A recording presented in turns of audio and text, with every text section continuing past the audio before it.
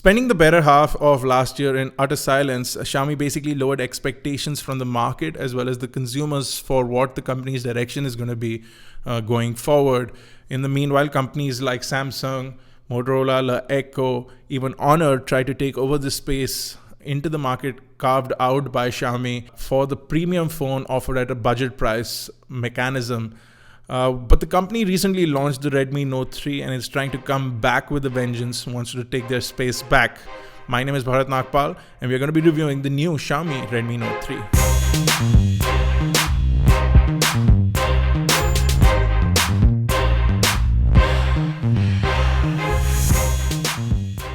Now, one thing you really want to bring your attention to is the price. So for a price of rupees 9,999 or roughly $149 US, you get the 2 gigabyte variant along with 16 gigabytes of storage. And for a price of 11,999 or roughly $179 US, you get the 3 gigabyte variant with 32 gigabyte storage on board. So up until a couple of years ago, having a full metal phone was a real premium luxury, and today you see a lot of phones in the $10,000 or $150 price bracket giving you an all-metal design.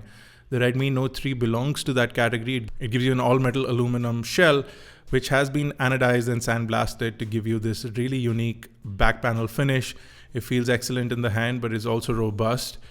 Gives you a premium feel of a smartphone which does not cost you a premium to own, so which is fantastic. You also have some sort of protection on the front as far as the glass is concerned, but it does not seem to be Corning's Gorilla Glass, but some alternative brand which is available, which the company has decided not to mention. The company has paid excellent focus onto networks and has left a plastic top and a plastic bottom on the device, giving it a slight notch on the bottom bit to allow sound to escape for the speakerphone, which is nice.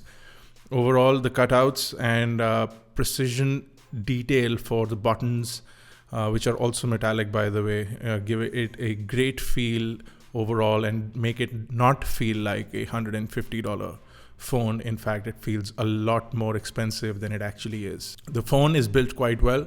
It should survive a bunch of drops, although we did not test that to an extensive rate, but the phone is quite robust. It does not bend easily and feels like a good premium and solidly built phone.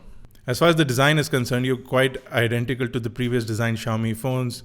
You have a bit of the usual candy bar design with a flat front, no buttons on the front, except for the 3 touch capacitive buttons that you see on the bottom of the device, which offer you the capability of going back, jumping onto the home screen, or opening up the multitasking panel. These buttons are backlit and they work really well, are really highly sensitive. Now in India, the phone goes on sale on 9th March and it'll be available on Xiaomi's website as well as Amazon, and you can register for the sale right now. Of course, you're going to have this flash sale moment where you're going to have to click the refresh button on your browser to buy this phone, which I feel is already a point wasted on Xiaomi's pocket, which with this phone, they have a lot of points, but they're losing 1 point basically on the fact that they're having this flash sale system. And 3 years in, we still don't have enough production to offer phones for everyone. Now let's get into the hardware specifications. Now you have a new Qualcomm Snapdragon 650 chipset. It has the big little architecture going around over here. So you have 6 cores, 1.8 gigahertz and a 64-bit processor. You also get the Adreno 510 GPU, which is a newer version of GPU. And of course, you have the 2 options, with one with 2 gigabyte of RAM and 16 gigabyte of storage, one with 3 gigabyte of RAM and 32 gigabyte of storage. You do get micro SD card support. So this is one of the only devices, one of the few devices in this price bracket that will offer you micro SD card expandability. The one from the Echo 1S or the TV 1S does not offer that, which was a big letdown for that product. Now you are running MIUI 7 with Android 5.1, which again is a slight letdown because Android 6 Marshmallow has been out for a really long time and we would have expected that on the device. The company does promise an update. You're looking at a 16 megapixel rear camera with an autofocus time of 0.1 second with an f2 aperture. It does have PDAF. You also have dual image signal processors, which are a feature of the Qualcomm Snapdragon 650 chipset, which allow you to process the image slightly better.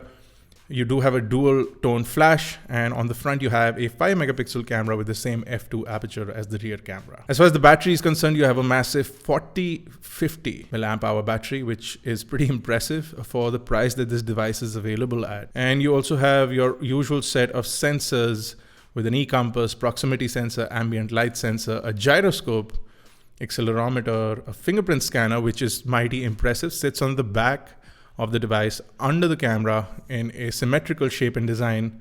Looks pretty nice and is one of the quickest fingerprint readers that we've used in the past. The phone is available in 3 colors, gray, white, and a gold. The version you're looking at is the gold version, and it is a 3 gigabyte along with 32 gigabyte storage version. Let's get into performance. This phone is mighty impressive as far as performance is concerned. It scores upwards of 74,000 on benchmarks, which is exciting. And gameplay as well as multitasking on this phone is absolutely brilliant. We saw little or no lag in the many days that we used this device, and it basically ran through anything that we could throw at it, which means that for a price that it's available at, it's one of the best products that you can get as far as processing is concerned. Now, thanks to the Qualcomm Snapdragon 650, along with the way the phone's been designed, you do have a lot of heat dissipation happening on this, and you do not feel the phone getting extremely hot or uncomfortable to use, which is a big deal for Qualcomm chipsets nowadays.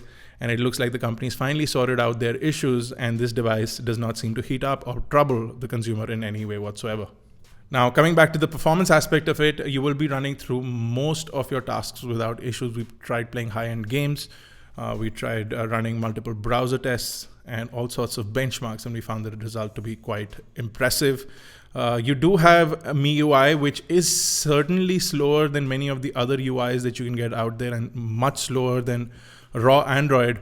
But if you can get around it, you don't really feel the need to remove it. If you do find the need to remove it, it is quite easily replaced by a custom skin launcher that you can download from the Google Play Store. MIUI has a lot of other features built into it, like the ability to pull down into one-handed use by just swiping your finger across the 3 touch capacitive buttons at the bottom, along with the ability to switch between the colors of the notification light and some other shortcuts that you will get quite used to if you use this device on the frequent. You also have something called a sunlight display, which changes the colors of the display. And you also have something called the reading mode, which allows you to read better, especially in low light conditions or in darkness. If you're lying down on your bed and reading in the reading mode, your eyes will not get into a mode where they stay awake all night. So you won't feel tired after reading. You'll actually feel sleepy after reading something in the reading mode on this device. I tested it out. It works quite well. Now, the device weighs in at 164 grams, so it's quite lightweight despite being an all-metal phone. And it's got rounded curves and edges. It feels excellent in the hand as far as that is concerned. The speakerphone on the back is quite loud. It is still on the back, and you might end up muffling it as it sits right in the center of the grill that you may not see very clearly right now. The grill is actually bigger than the actual size of the speaker, and you might end up muffling it while playing games, etc. So you have to be really careful of that.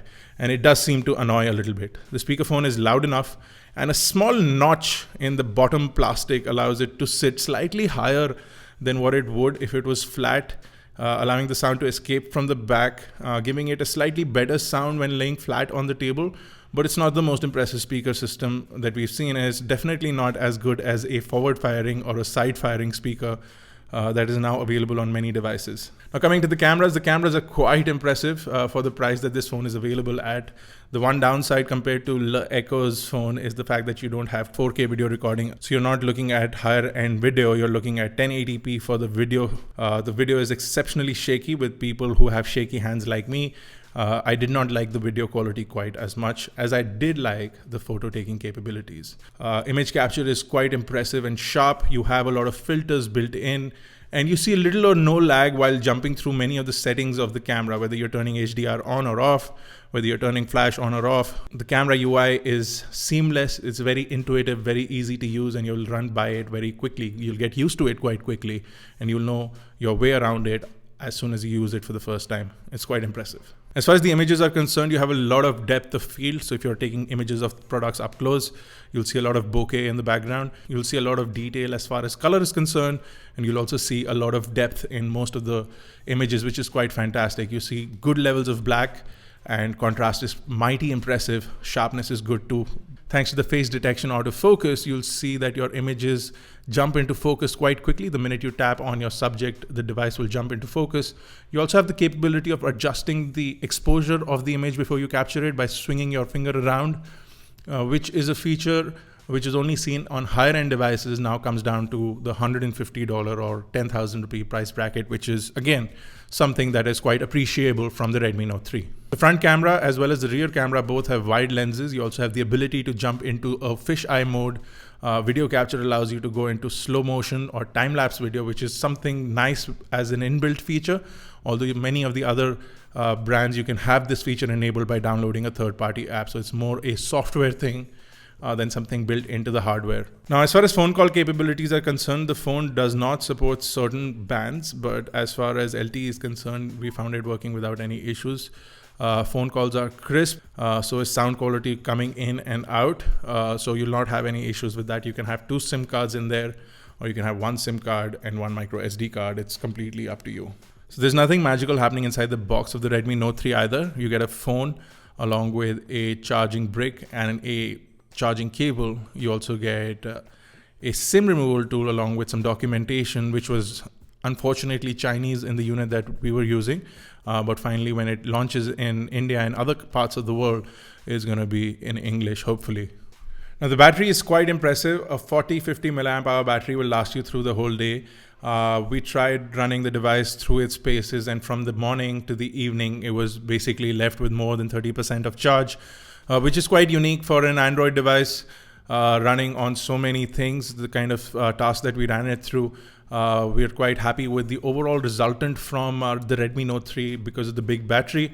It does take a whole lot of while to charge up. You'll spend the upper half of 3 hours charging the device up, so it's going to be left overnight for a lot of people, which may not do justice to the quality of the battery in a really long time, but we are hoping that Xiaomi has workarounds in place for that. As far as the phone is concerned, the Redmi Note 3 is one of the best devices that you can buy in the 10,000 rupee price bracket, and mostly other companies failing in this price bracket. It seems that Xiaomi has regained its position with the Redmi Note 3 and is going to be a mighty big competitor in this price bracket, with a lot of people already hogging the registration space to get in line to buy the phone. If you're in the market for something around the 10,000 rupee price bracket, I'd say that you go in for the 3GB variant, which offers you more RAM as well as the storage, and will also come in handy when you jump over to the Marshmallow update whenever the company offers that. But even at 9,999, the 2GB variant does not seem bad at all, and it seems like the company is back with a vengeance. Is going to take on many of the other competitors in the market. Now, as long as the company can get rid of the flash sale method and make the phones available to everyone who wants to buy it, it'll still be losing some points in our guidebook. But as far as everything else is concerned, the Redmi Note 3 is looking mighty impressive. Leave your feedback and comments in the comment section below. If you have any questions or queries, you can visit our full review on iGyan.in. Catch us on Facebook, Twitter, Google+. Make sure you hit the subscribe button. This has been Bharat Nagpal. Thank you guys for watching.